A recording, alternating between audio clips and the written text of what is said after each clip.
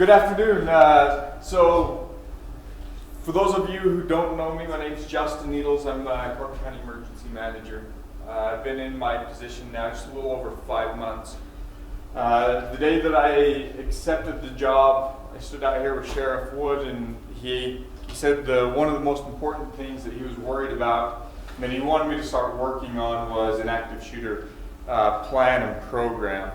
As we started doing that for the schools, several people brought up to me that there had been concerns with this building. So first off, this presentation the majority of it was put together by Orem Police Department. They kindly sent it to me so I could use it. I think it's a great presentation. I've edited it a little bit. There's a video. There's a sign-in sheet right up here if you guys have signed in. Thank you.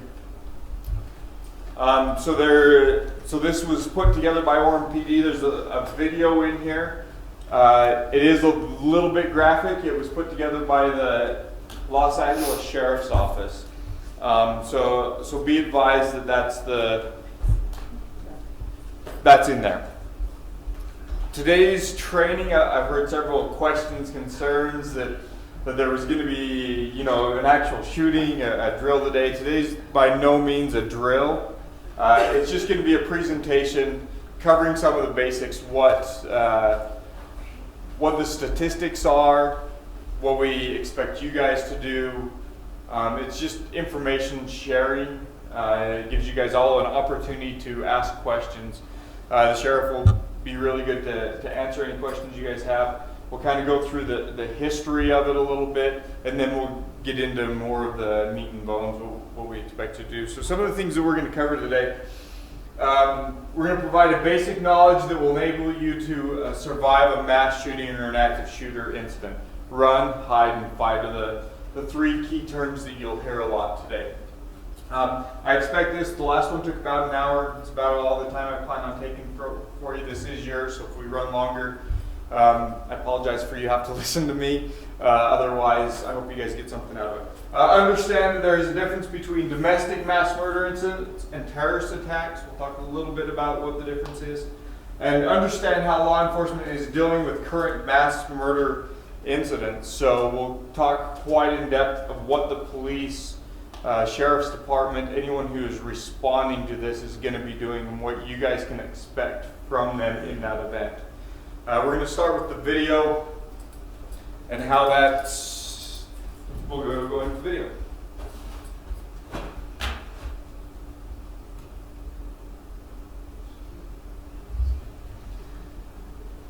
A morning that began like any other turned tragic today when an employee opened fire on his supervisor and fellow co-workers. Students, parents, teachers are asking why today, after a bloody rampage, plunged this campus into tragedy. Details are just coming in, but we're being told that a heavily armed gunman opened fire this evening at the mall food court behind me. There's no official word on any casualties yet, but one eyewitness reported seeing at least 6 people shot. Active shooter. A gunman or gunmen killing or attempting to kill people in a confined, populated area.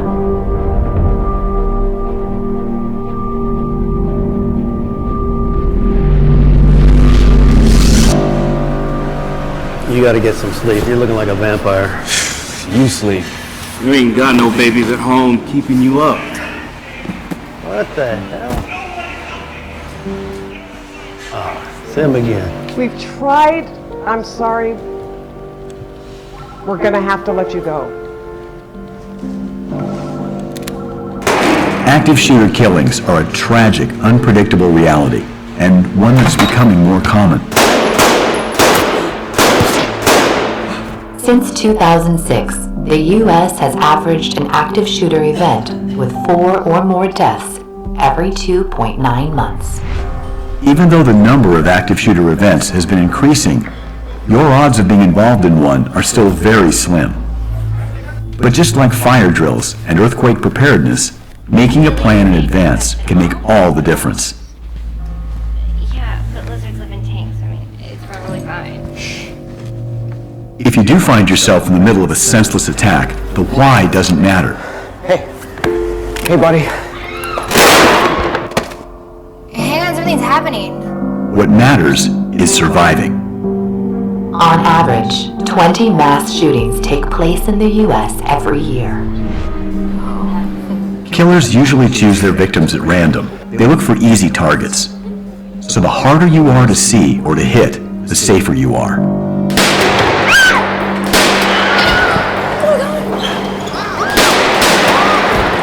When an attack starts, if you can find a way out of the location, do so. Get out. If you stay calm and think clearly, even in the middle of a life and death event, you improve your chances of making it out. Visualize your movements in advance. What are we gonna do? Look at me. I can get us out. Stay behind me. Stay here. Use cover, something that will stop a bullet, and concealment, something that at least keeps you out of sight. Attention South LA units, code 3 response needed regarding a 245 DSV 417. This will be at the Town Center shopping mall. Suspects wearing a face mask, possible body armor. Use any available means to get out, including emergency exits or windows. Most restaurants and retail locations will also have exits in the back, through kitchens or stock rooms.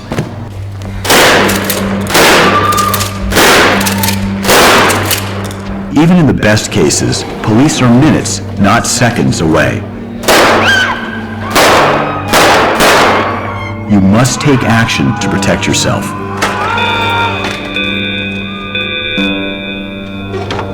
Okay, everybody stay calm. It's probably just a drill.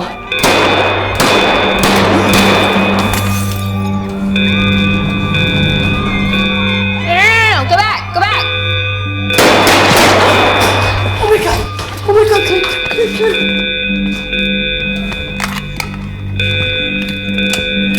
If you can help others without putting yourself in unnecessary danger, It's gonna be okay. do so. It's gonna be okay. What's your name? Lori. Lori? It's gonna be okay.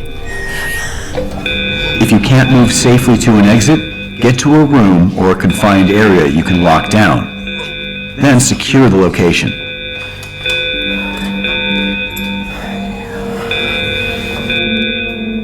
Secure your location.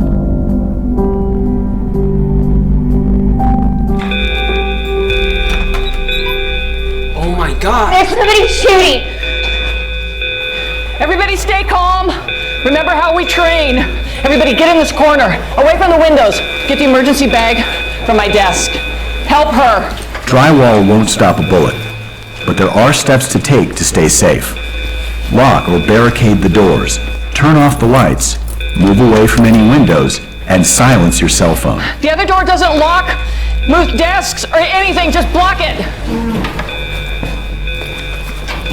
A modern emergency bag can include a first aid kit, gloves, emergency plans for the building, and casualty cards to alert first responders to any wounded victims.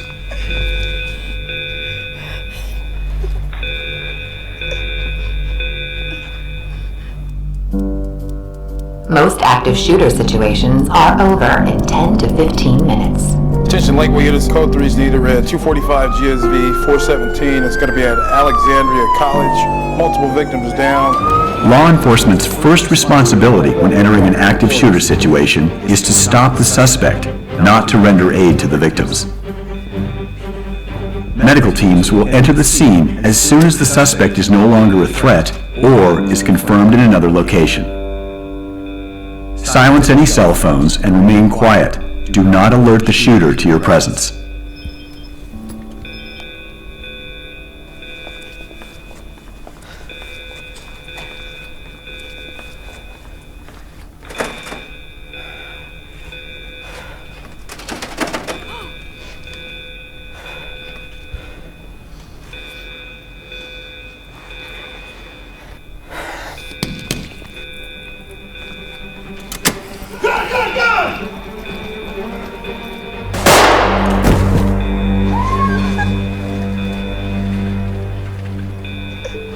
Sheriff's Department, is there anyone inside? Red card.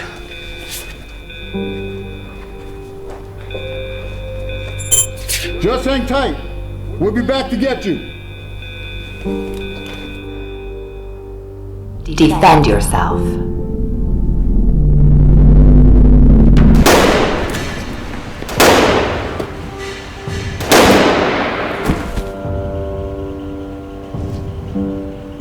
cannot escape the location, and you can't shelter in place, you may have to defend yourself as a last resort.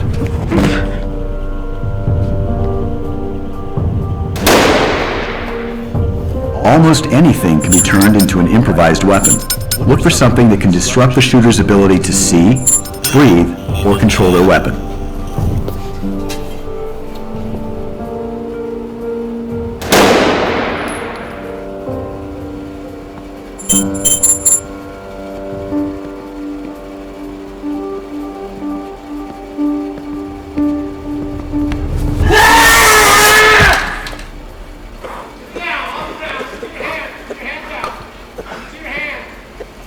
When law enforcement arrives, they are going to be in a heightened state of readiness and awareness, looking for any aggressive movements. So keep your hands visible and follow any commands you are given. He's a shooter! What happened? What happened? Oh, it was just a shooter. I just saw one shooter. Especially in developing situations, engaging law enforcement, running toward them, reaching for them, even to thank them, could put people at risk.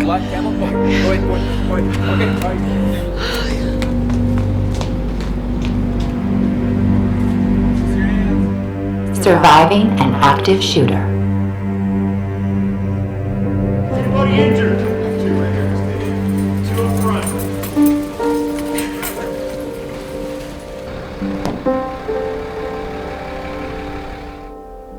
For more information, Thank you. Seriously. visit activeshooter.lasd.org.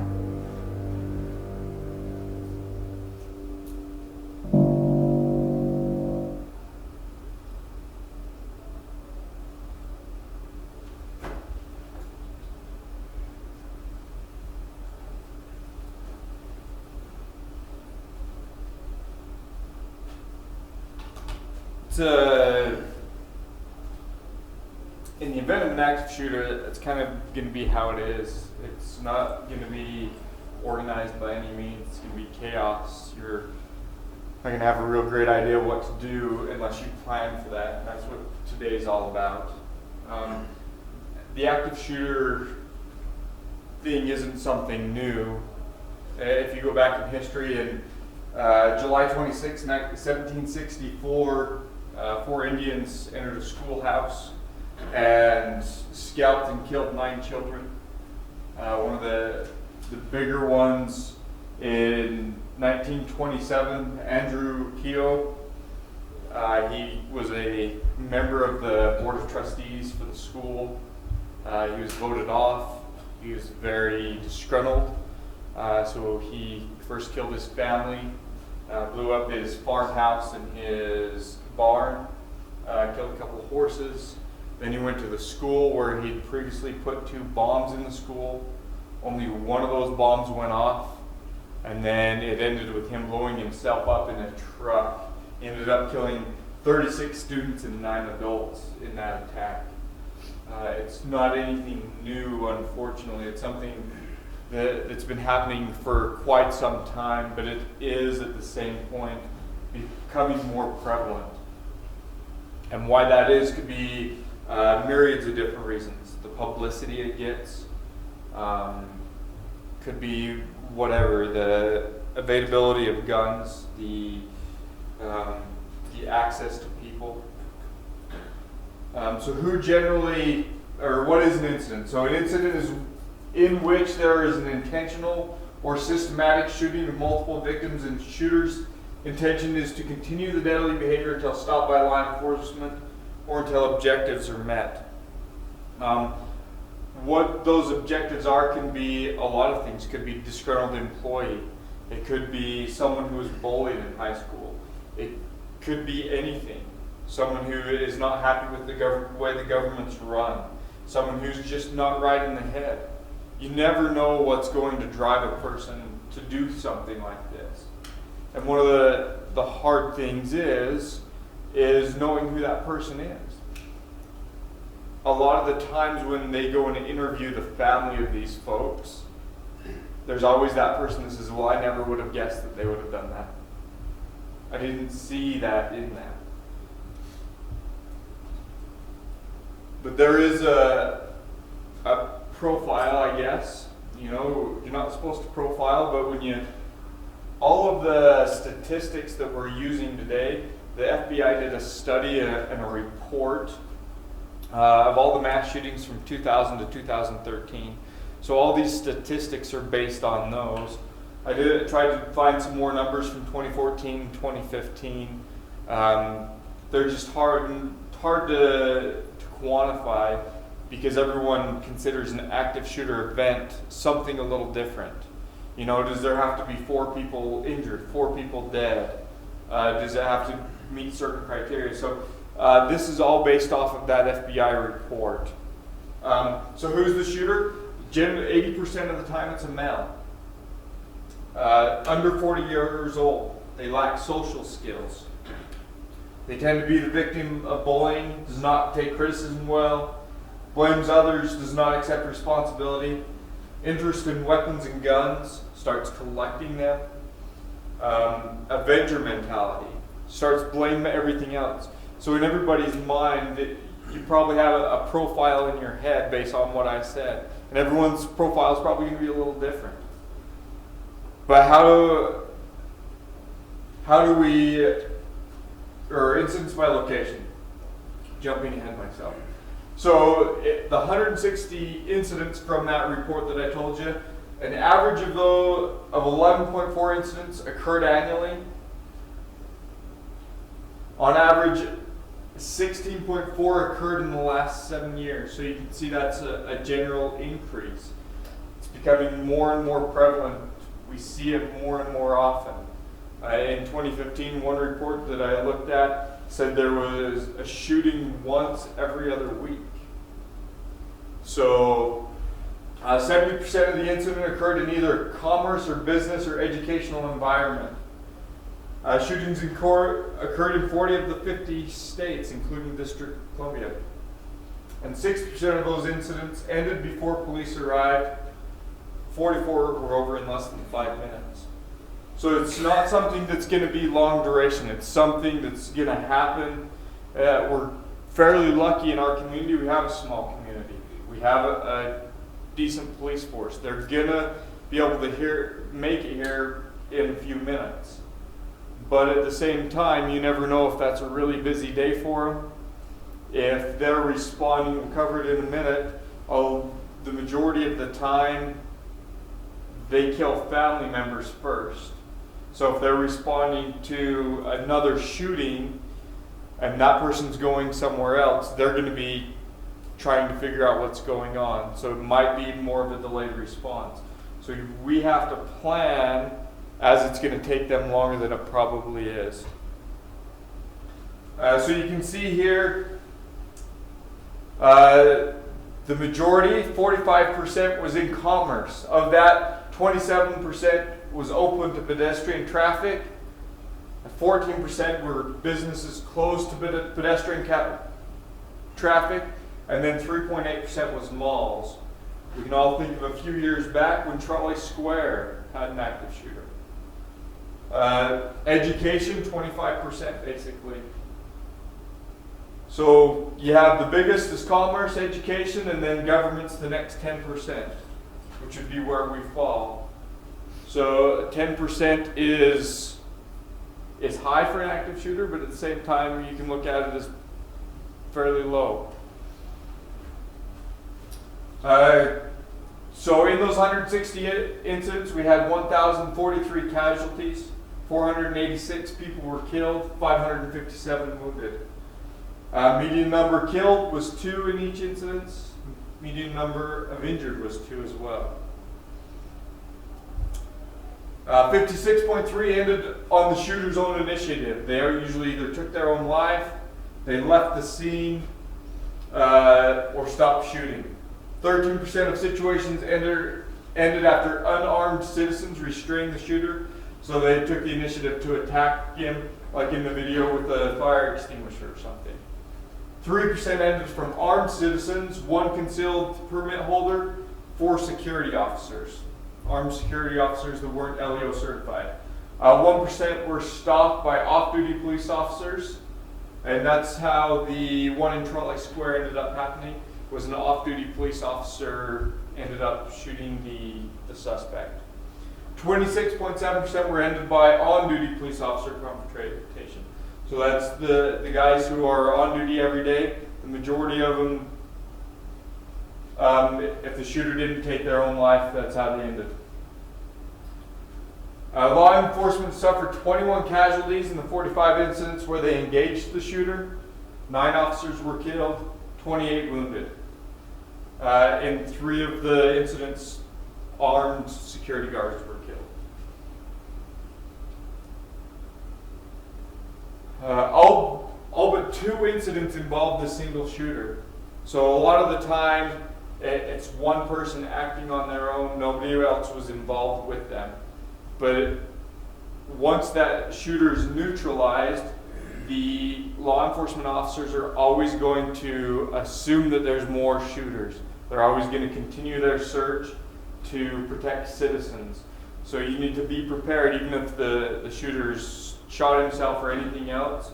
The law enforcement's going to treat it just as if there's still an active shooter going on. We'll talk about what they're going to be doing a little bit more in depth. In at least 6 incidents, the shooter was female. In at least 9 incidents, the shooter first shot and killed a family member in a residence before moving to a more public location to continue shooting. 64 incidents, 40% the shooter committed suicide. 54 shooters did so at the scene of the crime. So all but 10 did it when they thought they had met their goal. And who's to know what their goal is? If they're targeting specific people, if they're a disgruntled employee, if they're just not right and they just want a high body count, could be a lot of different things. And at least 5 shooters still remain at large for shootings they've done. 98% acted alone, majority committed suicide, 80% used a long gun, rifle, shotgun, or a militarized type weapon. 75% sought multiple weapons, sometimes with hundreds of rounds of ammunition. So just because you see them drop a gun or something doesn't mean it's over. It means they're probably just going for a second gun or more ammunition. Shooter intent was a high body count. They're increasingly more often wearing body armor. They almost never take hostages and never negotiate. The attacks were quick, averaging under 8 minutes. Some people say it won't happen here, but there's been several incidents where something like this has happened. In March 5th, 1994, the Salt Lake Public Library, a 29-year-old male takes 10 people hostage for 5.5 hours. The suspect was killed by an officer posing as a hostage. July 14th, 1999, 20-year-old female armed with a 9mm handgun. 1 killed, 1 wounded before she is tackled by a worker. April 15th, 99, 70-year-old male kills 2, wounds 1 officer with a .22 handgun. Gunman killed in exchange with gunfire with police. 2007, the Trolley Square incident. 18-year-old male armed with a .38 pistol and a shotgun. 5 dead, 4 wounded. Gunman killed by police. So this last one, 2010 at the Grand America Hotel. So this was a 60-year-old lady. She was a security guard at the Grand America Hotel. She saw a guy enter. He had a rifle, a bipod, scope, and everything. He was going to set up as a perch and just start taking people out. She knew something wasn't right when he walked in. She engaged him right away, started talking to him, got him to talk to her, and walked outside with him. As they walked outside, somebody else had called 911. Police officer arriving on scene from the 911 call. He then engaged that police officer and was shot and killed by that police officer. So this had the chance to be one of those mass murders, but it ended up in just him dying because the security guard at the Grand America took the initiative.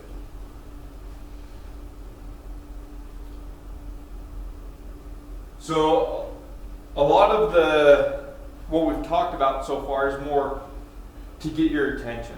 This is really something that happens out there. This is something that we're seeing more and more often, unfortunately. So the real question is, what do you guys do? What do we do from here on out? You have to start out with making that decision to survive. You have to make that up in your mind now and start thinking through the process. So you have to make that decision. In the Virginia Tech shooting, they were taught at the time just to sit at their desks and wait for help. And the shooter in Virginia Tech was able to just walk through and pop them off just one at a time because nobody ran, nobody did anything. It's really unfortunate. That's not what we want you guys doing. It's not the intent. Run, hide, and fight. The biggest one is run. Get out in any way possible. And we'll talk about cover and concealment and those kind of things. But the second one, apply principle you learn to your work environment. Take what we talk about. Analyze what your situation is. Yeah, maybe you feel safe. We're behind locked doors. How much glass is out there? How hard is it to shoot a bullet through that glass and walk through? They're going to remember that they're out for a high body count. If they've taken off all the easy ones that are out in the open, that's when they're going to go into the trying to get through things. And they'll do it in any measure they can. So anticipate that they'll find a way into you. Don't think just because you're behind a locked door that something's not going to happen to you. And develop a plan. So talk through it with your coworkers. Hopefully everyone in your offices made it here today. Either today or this morning or this afternoon. Make a plan as what you guys are going to do. Talk about it. We, in the event of a crisis, we're going to respond how we train. We don't always have to do the physical training. It can be just as simple as going over, rehearsing in your mind, what would you do? What would you do in this event? Where would you go? Okay, if your primary escape is cut off, what do you do then? Most importantly, stay calm. Calm is going to have to be one of the main factors. How do we stay calm? The effects of fear. So as you think about it, I wish Sheriff was back yet to take a phone call. Sheriff's been shot at a couple different times. Is the way Sheriff is going to react when he's shot at going to be the same as me or any of you? Obviously not. So know your limitations and know how you would react. You all, as you sat and watched that video, had a thought process going on in your mind. At least I hope it wasn't somewhere else. You all thought, well, I would do this, or you don't know what you would do. Think that through, know yourself. Know enough to make that plan and realize, are these parts of fear going to overtake you? Sensory exclusion distortion, time distortion, heightened sense of response, panic, fainting, loss of bladder bowel control, loss of fine motor skills, loss of gross motor skills, loss of near vision, tunnel vision, scared stiff, scared speechless. Are any of these going to happen to you? And do you know if those are going to happen to you? Unless you really try and put yourself in a realistic situation, that's how we try and learn ourselves. So how do we overcome that fear? Instinctive nature will work against you as your heart rate increases, your control will decrease. So taking control of yourself is one of the biggest things. Breathing is one of the biggest things that controls your body. So as we take some deep breaths, that's going to help slow our heart rate. That's going to, lower our blood pressure. So as we sit and we think about what we're going to do, take a few deep breaths, and like the video said, visualize a plan. Where am I going to go? If he's shooting at me, am I going to run into an open area? Really think about the decision-making process so you don't make a split decision that is a bad one. 4 deep breaths will slow your heart rate, lower your stress level, and bring your body under some degree of control. So if you feel a panic coming on, take some deep breaths. So what should you do? Run. If it's possible to do so safely, exit the building or area, immediately moving away from the danger. Notify anyone you encounter to exit the area immediately. Do not activate a fire alarm. So as the police officers respond, they want to be able to figure out where that gunman is. If they have the fire alarm going off in the background, they're not going to be able to hear where those shots are fired. So as you run out of the building, please don't grab one of those pull stations and pull it. That's going to hurt the law enforcement officer more than anything else. So you're going to want to try and let everybody know, but hopefully people kind of hear what's going on and can run from their areas. So please never pull the fire alarm. Move to a planned staging area. So have a plan and have a plan of where to go. And think too, there's a lot of windows on the outside of this building. Where you plan to go, is there concealment there or is there cover there? The last thing we want is the whole building to evacuate into the parking lot and everyone's huddled together and he can just shoot through a window at a crowd of people. So make sure where you plan to go has some cover. There's no windows to see where you're at. So a better place would be over on the other side of Eastern Utah Community Credit Union, more so than in the parking lot on the east side of the building. So think about those. Where are you going to go? What are you going to do? And make sure that once this happens, please don't leave the area. The police officers are going to want to do an investigation. They're going to interview everybody. Be prepared to have guns pointed at you, possibly handcuffed, put on the ground. Those are kind of things. You never know who that shooter is. Could be anyone in this room. And the law enforcement officers have to figure that out. And until they can determine that you are truly not a threat, they're going to treat everybody as a threat. Remember, shooter's main goal is not to escape, but to kill as many people as possible. Running down the hallways provide the shooter with more targets and will slow law enforcement response. Don't be a target of opportunity. So don't be that sitting duck. So what are some things, how many have considered this before this meeting, what they would do? Okay, so what's the difference between cover and concealment? So cover, when I say cover, I mean something that's bomb-proof. So I have a picture here in a minute that shows a tank. A tank is good cover. You're not shooting through a tank. Concealment is one of these walls. You can hide behind the wall. You can try and hide from them, but a bullet will go through any of these walls very easily.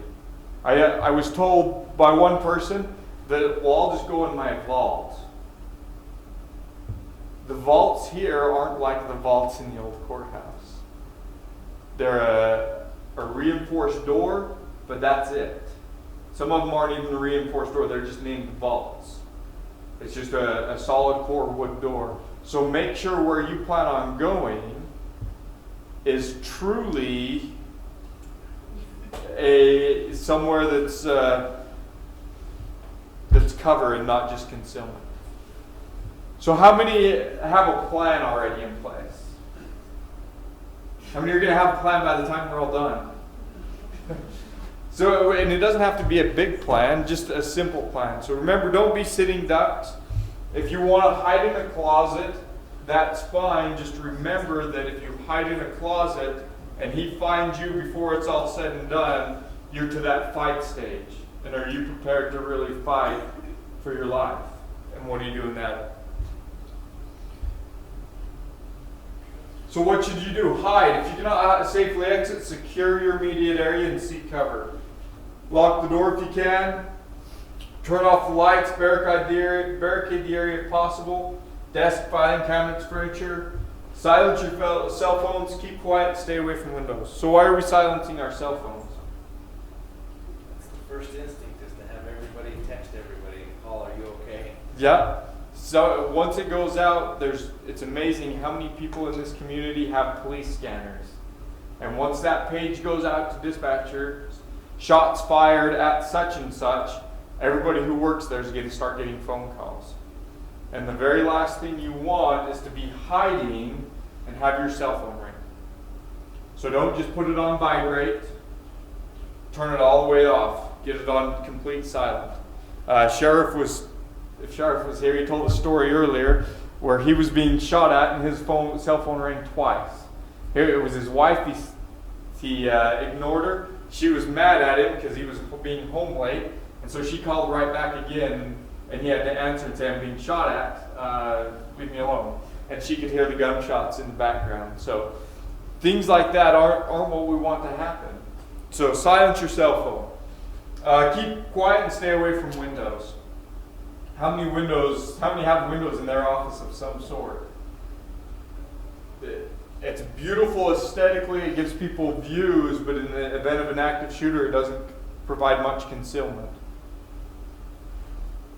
So remember, anything that hides you from view, renders you inconspicuous, is useful, but anything capable of stopping bullets protects you from enemy fighters, priceless. How many think a car is concealment? How many think it's covered? Okay, it depends on where you're at in the car. So remember, if you're at an engine block's going to stop bullets. Axles are going to stop bullets. 2 doors of a car is not going to stop a bullet. And the other problem with cars, if he can see your feet, he can shoot your feet to get you to fall to the ground, and then he can shoot you. So make sure if you're hiding behind a car, you're somewhere by the wheels to provide more true cover.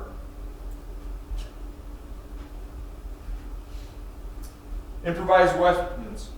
So there's a lot of improvised weapons. You have staplers in your offices, you have letter openers. All those can be improvised weapons for the fight stage. One of the things that I'm not a huge fan of is when they're hiding in this school and they put everyone in one corner. If he can get into you, you are all sitting ducks. My argument would be, if you are stuck somewhere where you can't get out, and you expect him to find you, and you have several people in there, make sure everyone's armed with something. So when he comes through the door, you can start throwing things at him. Remember, he's not there for a fight, he's there for a high body count. If he encounters a fight, he's more likely to back off. So if he ends up with staplers and books thrown at him when he walks through a door, he's going to retreat more often than not. So be prepared for that. Use anything you can. And remember, especially if you're using fire extinguishers, don't throw it at them, use it. Squirt it in their eyes, squirt it to disorient them. If you have Lysol in your offices, anything to that effect that can get in their eyes and burn. If you carry pepper spray, use those kind of things. Be prepared. Think about it. So if the shooter enters your room and you have nowhere else to go, fight. Attempt to incapacitate the shooter, act with physical aggression, use improvised weapons, commit to your actions. He's there for a body count, not for a fight. Survive. So if you get in that, we talk about planning, plan on that fight and how would you react in that situation. So once you are somewhere where you can and you're out of harm's way, please call 911. 911's going to get our officers there faster. All the information that you can provide is awesome. But we want real and relevant information. Make sure that you're not just passing along, well, I think he was wearing this. If you don't know, don't be scared to say, I don't know. Give your exact location. Where are you at in the building? If you are in this room, that's going to direct the police officers to this room first. If you are in this room and you say he's not here, he's down at GIS, tell them he left this room and he went towards GIS. Give them as much information as you know, but not hearsay. They don't want to know what somebody else said. They want it firsthand. Number of people at your location, number of people injured, type of injuries. While the officers are going to enter the space, they will not render aid to anyone until the building's been cleared. It sounds bad. Someone may get shot and bleed to death while they're waiting for medical treatment, but the priority is to discontinue that shooting and take care of everybody else. They will do that as quickly as possible, and they will turn to that rescue mode at one point, but you will get walked over till that shooter's been taken care of. Types of injuries, suspect information, location, description, weapons used by the suspect. Like it says, if you don't know, don't guess. It's okay to say I don't know. Please let the call takers guide the conversation. Something that you may think is very relevant and you want to share may not be as relevant to us as you think it is. So let that dispatcher guide that conversation and ask you those questions. They will get you through that process. They will do their best to get you into a safe place. That's what they're trained to do. That's what they're paid to do. They take 911 calls all day long. They have their protocols set up and know what information the officers need.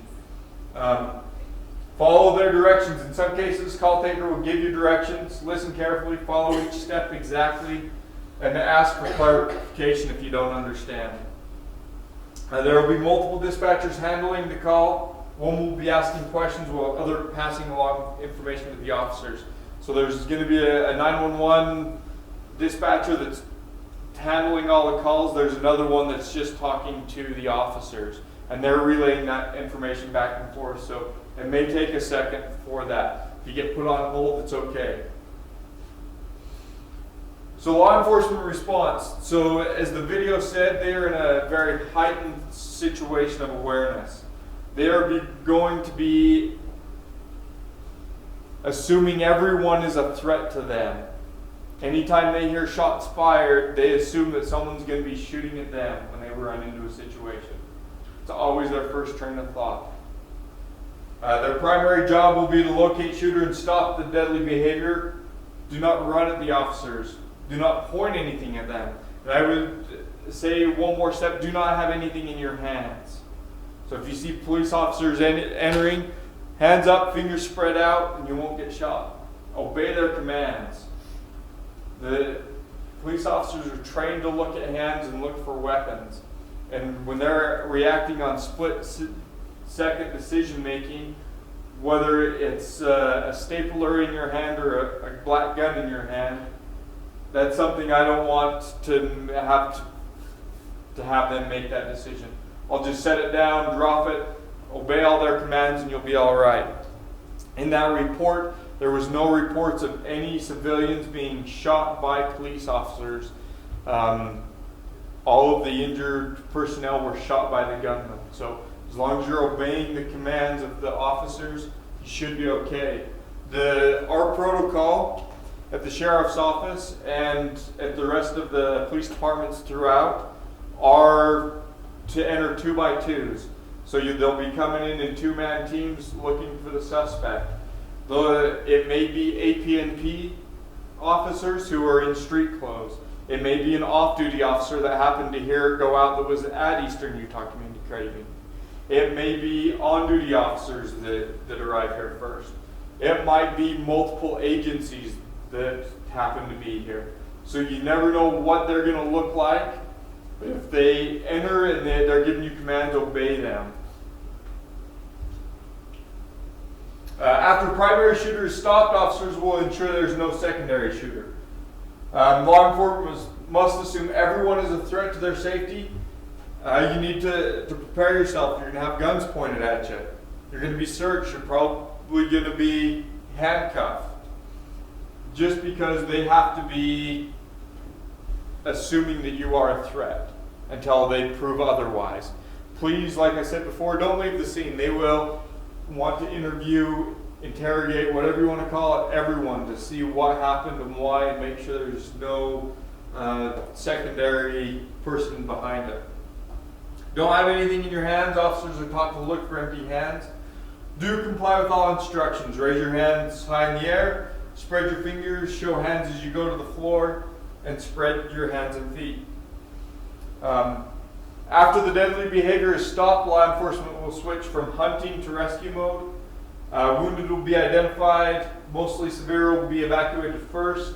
Minor injuries will be secondary. Safety corridors will be established. Officers will enter every room and evacuate occupants and will lead you from the building to a safe spot. The entire area will be treated as a crime scene. You'll be moved to a secured area and not allowed to leave. You'll be checked for injuries, identified, and interviewed. How many concealed weapons permit holders do we have here? How many of you pack every day? Okay. What do you think there are some things that we need to consider when we're talking concealed weapon permit holders.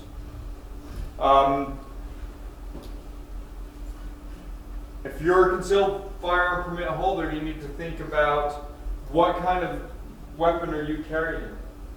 They are most likely carrying a long rifle of some sort.